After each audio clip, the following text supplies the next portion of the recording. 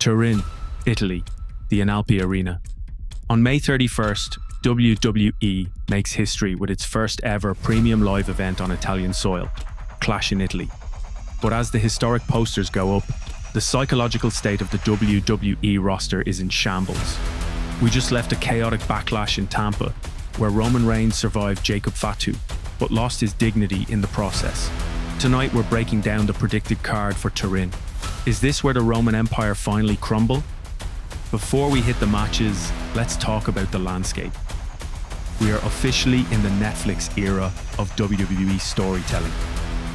This means the writers aren't just booking for the next week, they are booking for the binge watch. The long-term payoffs are more intricate than ever. In Italy, the lighting will be different, the crowd energy will be European level intense, and the camera work will likely lean into that gritty, cinematic feel we've seen recently on Raw. This isn't just another PLE, it's a statement to the global market that the new era is borderless. We start with the only match already confirmed, Cody Rhodes defending the undisputed WWE Championship against the ring general, Gunther. Psychologically, this is a clash of ideologies. Cody is the American nightmare, the man of the people. Gunther is the sacred purist. After Gunther's dominant run, he doesn't just want the title. He wants to prove that Cody's story is a fairy tale that doesn't belong in his ring. Expect a technical masterclass that pushes Cody to a darker place than we've ever seen.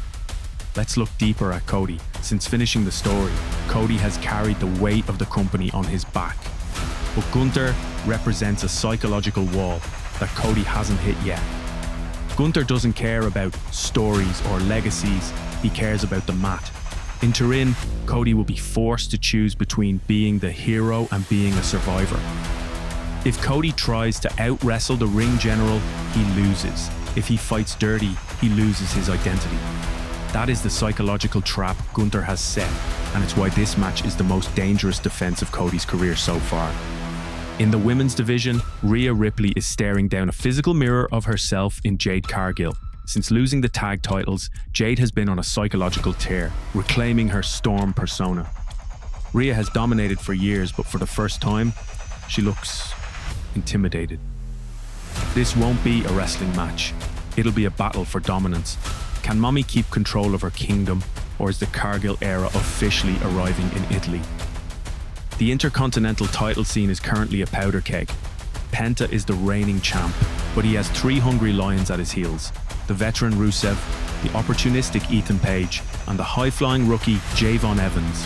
Page is the psychological wildcard here. He doesn't need to be the best wrestler, he just needs to be the smartest snake in the grass. I'm predicting a cheap win for Page that leaves the Italian crowd in a state of shock. The Intercontinental title scene is a masterclass in status anxiety.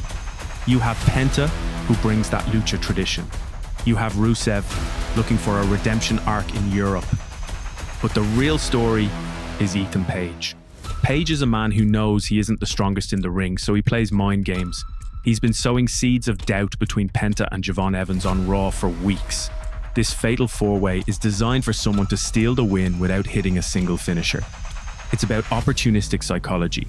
And now, the main event that everyone is whispering about. After Jacob Fatu's brutal assault on Roman Reigns at Backlash, the OTC is currently out of action, psychologically and physically. In his absence, Jey Uso has to step up to protect the family name. This isn't about titles, it's about the Tongan death grip versus the Yeet movement. Fatu is a man without a conscience, while Jey is the heart of the Bloodline. A street fight in Turin is the only way this ends. Expect absolute carnage. Jacob Fatu. When he debuted, people compared him to Umaga, but the psychology is different. Fatu isn't just a wild man, he's a targeted weapon. By taking out Roman at Backlash, Fatu didn't just injure a man, he decapitated a faction. Now Jey Uso has to step into that void. The psychological pressure on Jey is immense. He spent years trying to get away from Bloodline drama, and now he's the only one left to stop a monster he didn't create. Can main event Jey Uso handle a man who seemingly feels no pain and has no ego? Clash in Italy is more than just a debut, it's a reset. If Roman isn't there to lead and Jey falls to Fatu, the power vacuum in WWE will be unlike anything we've ever seen. Is Jacob Fatu the true tribal chief? Or will Turin be the site of a new uprising? I want to hear your takes. Does Cody retain? Does Jay survive the Samoan werewolf? Drop your predictions below.